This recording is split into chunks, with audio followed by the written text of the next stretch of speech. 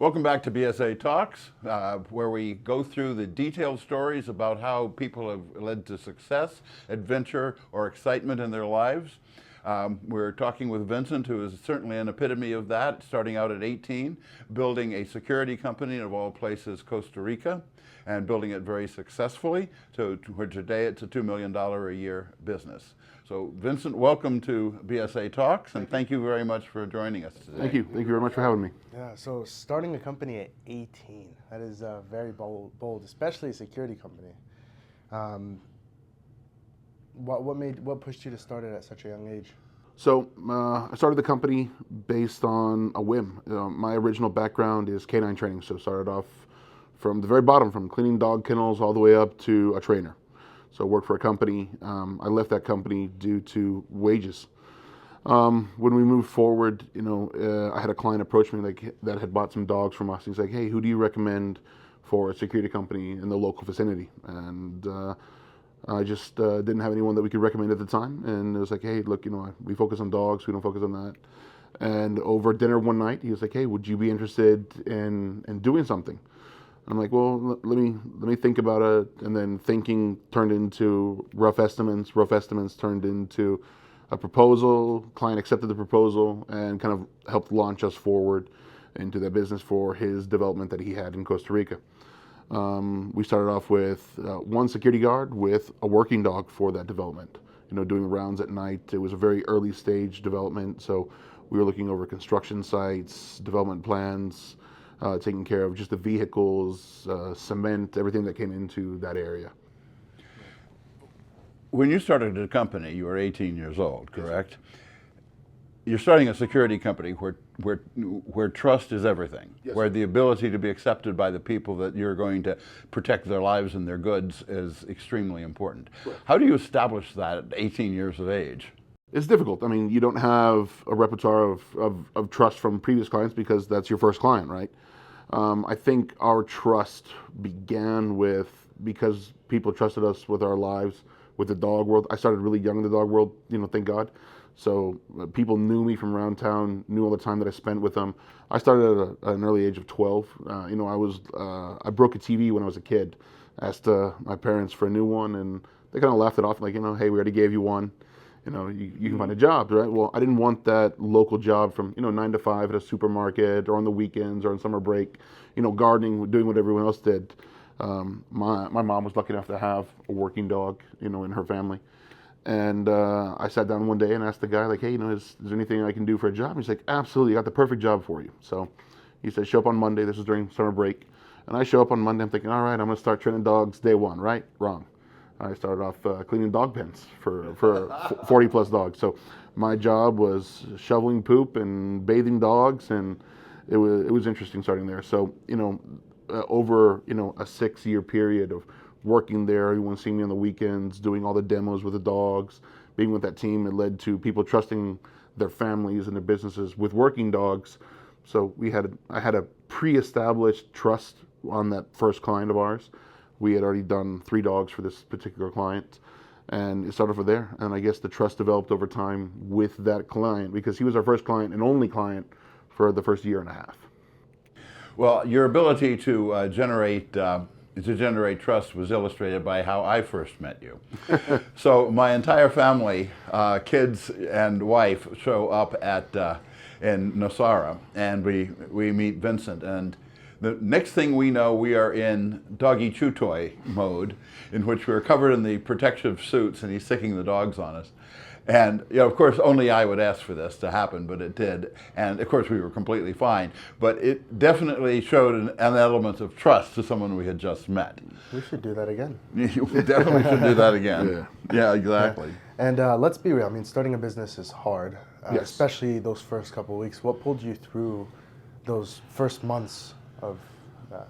I'm not gonna lie, it was stressful. I was a young father at that age too. I had a newborn at 18. Wasn't planned, obviously.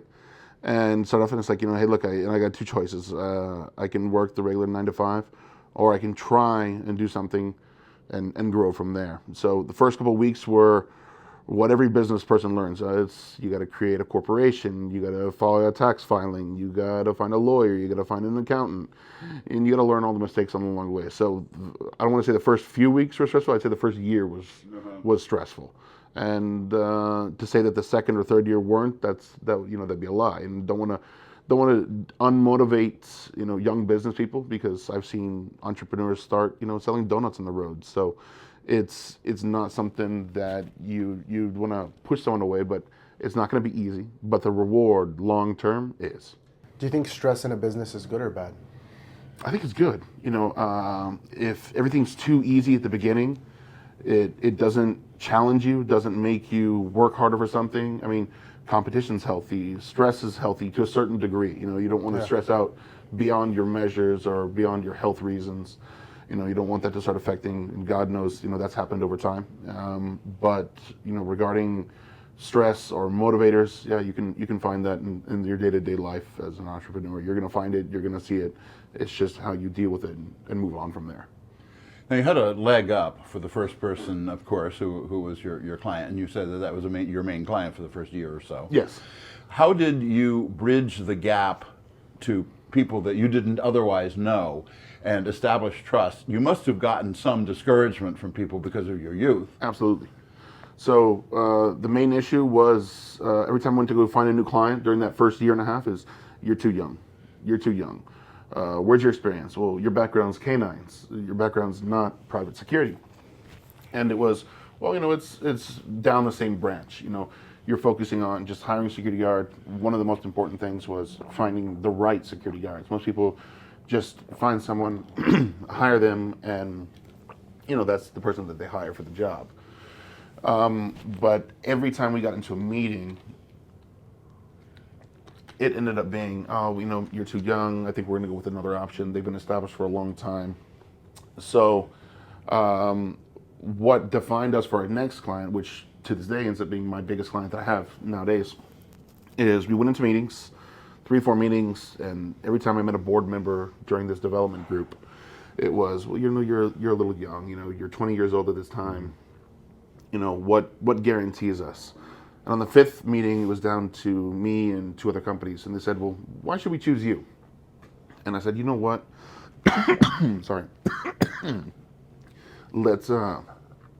Let's put the money into, I'm sorry. I do apologize for that. Let's focus on the first 3 months. If we do a bad job, if we're not doing everything right, then I'll return the money and move on. And as All Good Story says, well, that was the beginning of the rest of it. Yeah, because you performed. That's the most important thing, is performing on the early customers. Was there ever a point where you thought this wasn't going to work, that you thought you might fail? Absolutely. Every day for the first couple of years. I mean, don't want to lie and say, hey, it's not an issue or not a part of it. But every day was like, is this going to work? How do we get more clients? Why am I not making good money? Why am I not getting more clients? Why am I not? And the main issue was, why am I not getting more clients? Why is this same issue of you're too young, you're too young, you're too young, kept going over and over and over. And I sat down like, okay, what can I do better? What does everyone need? What's the niche market for us? Is it I get a new client once every 2 or 3 years? Do I bring in a bunch? Does it work? So once we pulled in this second client, everything else started rolling out. Yeah. And to the too young thing, I'm 21, right? So I have a lot of clients that actually tell me, oh, I'm too young. And for the people that are at home, the best thing that I tell them is, well, is it my age or my work? Because my work doesn't show that I'm too young, right? And it's Exactly the quality of work. So is that something that you also try to implement into your clients? Yeah, so we focus on really high-end dogs at the beginning, and we tried to focus that into our security guard service, right? And when we started doing it, we're like, hey, everything starts through the eyes, right? And everything goes in through the eyes. So when we started working with our security guards, we're like, hey, one of the big issues that I see in other security companies is guys don't have training. They just hire, forgive the speech, a rent-a-cop. So the first thing is when you show up to a place like a nice hotel or wherever you go, everything starts with the eyes. Do they have good shoes on? Do they have a good watch? Are they well dressed? Are they well mannered? So when we hired our employees, we started that way. Like, hey, let's teach them how to talk. Let's teach them how to walk. Let's teach them how to dress.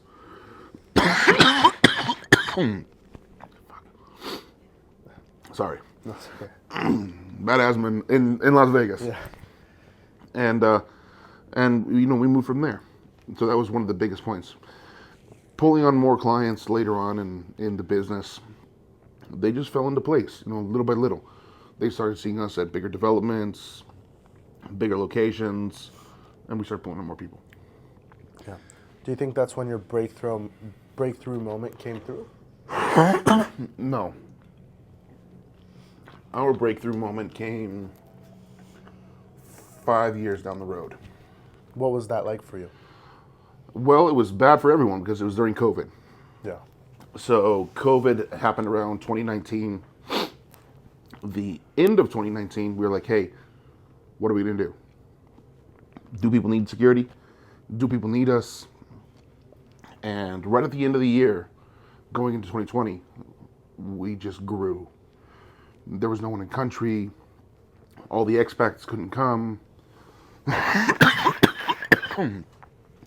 And we grew 500% in a matter of a year. Because people had houses that they couldn't be in themselves. Exactly. Locally in town, you'd get situations where people would come back or manage to get into the country and their house would be empty. People walked in and basically furnished their own house through, a potential client. Yeah. You were telling me like people would come in with trucks. Yep. Just take everything. Take everything out, yeah. Yep. There was no one there, no alarm system. So that's where, in our company, the alarm portion of the business was created. Yeah. And so that brings me to a different question is like, do you find it easier to upcharge current clients where it's, if they're paying for your security, hey, we can do the house security or we can do this for you? Is that an easier way once you get your foot through the door? We normally get our foot through the door backwards that way. So we start with alarms, cameras, fences, etc., and then work our way up to dogs and people. Got it. And why is that? Have you found that to work best, and when did you learn that? I think that it's because of the alarm system. It's a cheaper option to have an alarm system, at $50 to $100 a month for private security, alarm monitoring, emergency response, maintenance, etc. Versus, the cost of a human being is much more and much higher, much more elevated. So doing that, you get the option of, hey, well, this is within my budgetary means versus this is incredibly expensive. This is, having an employee on site plus what the company makes, everything else. I have wandered around in the area where you have your company, and it seems like your name is on half the houses in the area these days, and you're bringing in around $2 million a year. Yes. What were the problems that you had in scaling? Was Okay. it personnel? Was it supplies? Was it? Personnel is always a big issue. Can I trust the employee? Are they going to mess up? Everyone looks great on paper. Everyone looks great on an interview. It's 6 months, a year, 2 years down the road. Do they run into family issues? Sorry. And do they have, health issues? Do they have, marital issues? Are they trustworthy? You obviously have had competition in the Nosara area. Yes. What is it that sets your company apart, and why have you been so successful? As I said, half the houses seem to be yours. The biggest thing was finding the right team, right guys, people that cared about the job, cared about the clients. And one big thing, unfortunately, is the majority of our clients happen to be expats, happen to be business owners in the area. So fluent in English is very important in a foreign country.